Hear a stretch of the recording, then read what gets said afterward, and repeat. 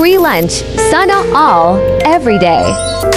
Naaalala mo pa ba kung ilang beses ka pinagbawalan at pinagalitan ni Mama? O kaya naman ay naglagay ng makapal na karton sa puwet para hindi maramdaman ang palo ni Papa. Siguro kaya pinapalo tayo noon dahil mas masakit pala ang hamon ng buhay ngayon. Siguro kaya hinahayaan tayong maglaro noon kasi mas seryoso na at hindi pala biro ang buhay ngayon. Siguro kaya yung mga magulang natin ayaw tayo malingat sa paningin nila noon dahil inaabot ng buwan o taon bago ka nila makasama ngayon. Siguro kaya nung bata tayo, pinapatulog tayo sa hapon kasi kapag tumanda ka na, mamamalimos ka na ng tulog at pahinga. Siguro kaya tayo hinahayaang magtiwala noon na hindi tayo iiwan ni Mama habang natutulog. Dahil mahirap na magtiwala sa panahon ngayon. Masarap balikan yung panahon na candy at pagkadapa lang ang iyong iniiyakan. Na ngayon, ang dami ng dahilan na minsan parang gusto mong sumuko na lang. Pero heto ka, kinakaya at nagagawa mong lampasan sa tulong ng pamilya at totoong mga kaibigan.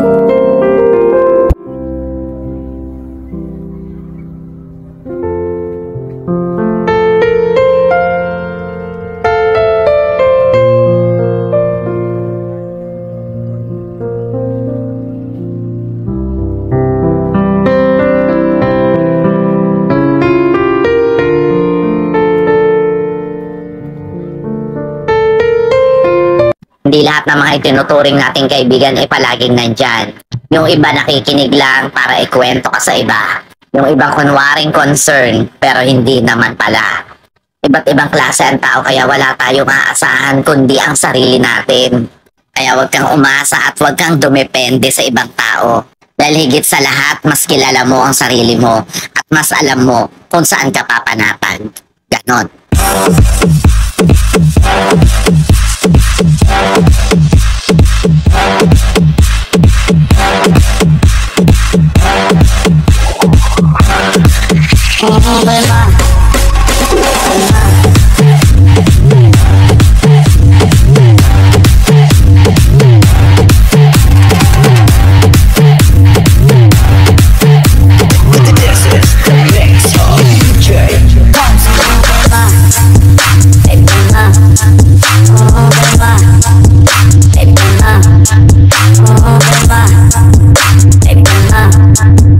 Walang mali sa pagiging tahimik mo sa buhay at pag-iwas sa ibang tao o kamag-anak.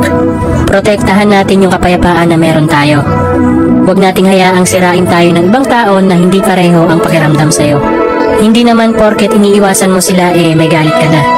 As we grow old, kailangan natin maintindihan na hindi lahat ng tao pareho ang ugali sa umpisa hanggang sa huli. Lahat tayo nagbabago. Binabago ng mga karanasan at mga leksyon na natututunan sa buhay. Maswerte ka kung mas maaga mong maiisip yun. Mas maagapan mo yung sarili mong masaktan. Mas maswerte ka naman kung may kaibigan o kamag-anak ang nare-respeto ka at pinapahalagahan ka. We all need a friend, relatives na kahit anong kakulangan at nakaraan mo, tanggap ka at hindi sinusumbat sa iyo ang iyong mga kakulangan at nakaraan. Dinadala ka sa tamang landas ng buhay at sinusuportahan. Huwag tayong matakot mag-isa o mawalan ng kaibigan o kamag-anak.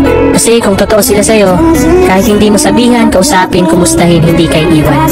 Pagkus ikaw ay intindihin at dadamayan sa oras na talagang kailangan mo sila.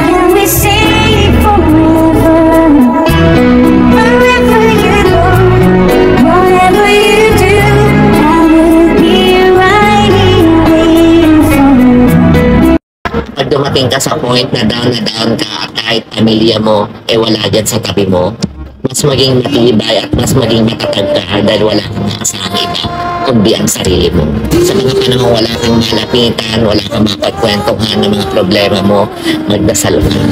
Dahil iwan ka man ng lahat ng tao, ang Diyos palaging nandyan handang makinig sa'yo. Ganon.